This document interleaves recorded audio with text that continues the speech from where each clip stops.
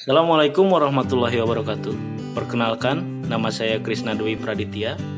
Perkenalkan, nama saya Delia Paramita. Perkenalkan, nama saya Muhammad Raihan Saputra. Perkenalkan, nama saya Sinta.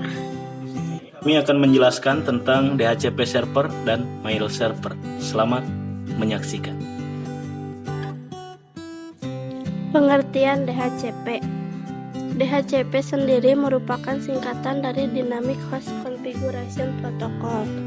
Merupakan protokol yang berbasis klien atau server untuk dipakai pada pengalokasian IP address di satu jaringan dengan lebih mudah.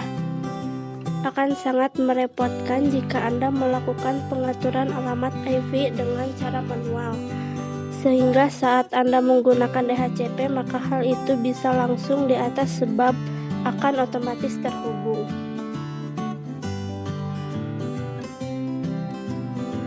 Fungsi dari DHCP server. Berbicara fungsi dari DHCP server, tentu saja memiliki fungsi melakukan alokasi data yang ada. Hal ini dilakukan melalui sistem terdistribusi yang menyangkut IP address yang dimiliki oleh server bisa diterima dengan baik dan melakukan otomatisasi dari DHCP server. Tentu saja ini bisa menghemat tenaga dalam waktu singkat. Fungsi ini tentu bisa berjalan dengan maksimal bila digunakan oleh network administrator untuk melakukan pengelolaan jaringan komputer serta alamat IP address yang bisa dilakukan secara otomatis. Selain itu, ia juga bisa mempercepat kinerja dari komputer klien atau pelanggan saat dalam proses pengelolaan dan pengiriman data yang ada. Cara kerja DHCP server. Saat user melakukan koneksi server menggunakan layanan DHCP, maka komputer akan otomatis meminta DHCP IP address ke IP server. Jawaban dari pertanyaan lainnya akan dijawab dalam beberapa menit ke depan dan memberikan solusinya. Dan memberikan alamat IP ke klien saja. Ada beberapa cara kerja yang dimiliki oleh DHCP server. Berikut penjelasannya. Yang pertama, ada IP list request, merupakan kejadian di mana pengguna meminta alamat IP langsung kepada server. Yang kedua, ada IP list offer. Server memiliki list dan release serta tawarkan langsung kepada komputer klien. Yang ketiga ada IP list selection. Klien akan melakukan survei kecil-kecilan terhadap penawaran yang pertama kali diberikan oleh DHCP. Setelah adanya pilihan, klien akan memberikan broadcast yang berisi pesan bahwa klien setuju dengan penawaran yang sudah dinegosiasikan dan ditawarkan oleh server. Yang keempat, ada IP list acknowledge. Pada bagian ini, tahapan yang terjadi berupa pesan yang diterima oleh DHCP server. Pesan ini dikirim oleh klien dan akan dibalas oleh server secara bertahap. Dalam DHCP server, beberapa di antaranya sudah dilengkapi dengan fitur mikrotik. Mikrotik merupakan router yang memiliki fitur yang sangat lengkap, mudah dikonfigurasi dan tentunya harganya yang cukup murah. Walaupun ada juga mikrotik yang harganya tinggi, tetapi itu semua kembali lagi kepada kepentingan, keperluan, dan kebutuhan kita. Mikrotik merupakan solusi terbaik dalam beberapa kondisi penggunaan komputer dan perangkat lunak pada jaringan komputer. Mikrotik router OS merupakan sistem operasi yang diperuntukkan sebagai network router. Mikrotik router OS sendiri adalah sistem operasi dan perangkat lunak yang dapat digunakan untuk menjadikan komputer biasa menjadi router network yang handal. Mencakup berbagai fitur yang dibuat oleh IP, network, dan jaringan wireless.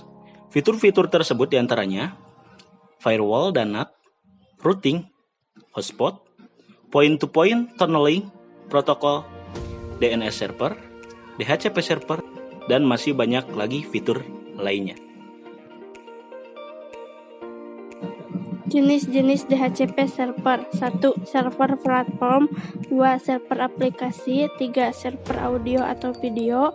4 chat server, 5 FTP server, 6 groupware server, 7 IRC server, 8 list server, 9 mail server, 10 news server, 11 proxy server, 12 telnet server, 13 virtual server, dan yang terakhir web server.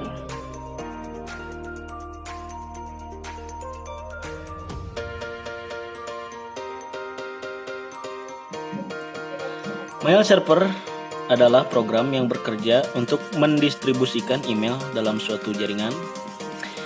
Mail server juga merupakan sebuah program berbasis cloud computing dalam layanan internet yang digunakan untuk melayani pengiriman atau penerimaan email via jaringan server mail yang sama. Keunggulannya adalah lebih cepat dan efisien, lebih privat, bisa langsung diatasi ketika terjadi kerusakan, dan lebih mudah mengatur akun. Secara garis besar, fungsi mail server adalah sebagai program yang membantu mengatur agar email dapat dikirimkan oleh pengirim sekaligus dapat diterima dengan aman, cepat, dan tanpa kendala oleh penerima email.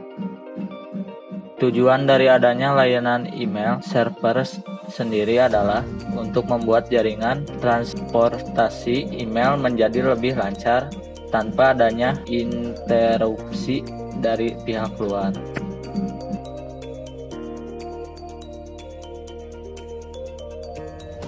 Jenis mail server.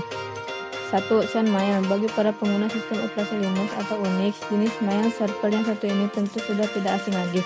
Sendmail tercatat banyak digunakan oleh para pengguna OS Linux atau Unix karena menjadi sistem mail server yang paling standar. 2. Postfix. Postfix adalah jenis mail server yang dibuat berdasarkan hasil pengembangan lebih lanjut dari Sendmail. Menariknya, Postfix juga sudah dapat dijalankan pada sistem operasi Mac OS X selain Linux atau Unix. Jadi tidak heran jika server ini biasa dijadikan opsi untuk menggantikan server Sendmail. 3. Gmail. Berbeda dari dua jenis mail server sebelumnya, mail diklaim sebagai mail server paling aman yang saat ini bisa didapatkan.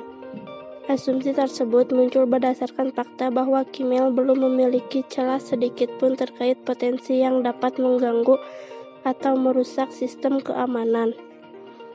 Gmail sendiri juga tercatat digunakan oleh provider layanan email gratis seperti Yahoo dan Hotmail.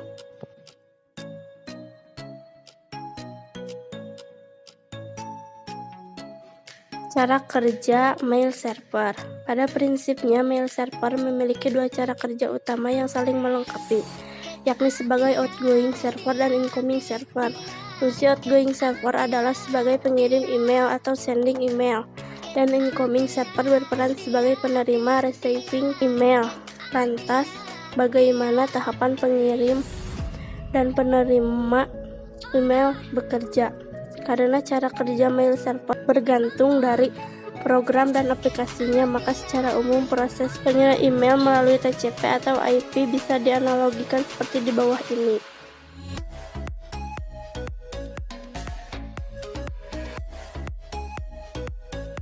Dari tahapan di atas, kita bisa melihat pada awalnya email yang telah dikirimkan oleh pengirim atau sender. Terlebih dahulu akan dikumpulkan dan disimpan menjadi satu dalam database mail server. Filter pengelompokannya sendiri dipilih berdasarkan tujuan email. Sekian dari kelompok kami, mohon maaf bila ada kesalahan. Wassalamualaikum warahmatullahi wabarakatuh.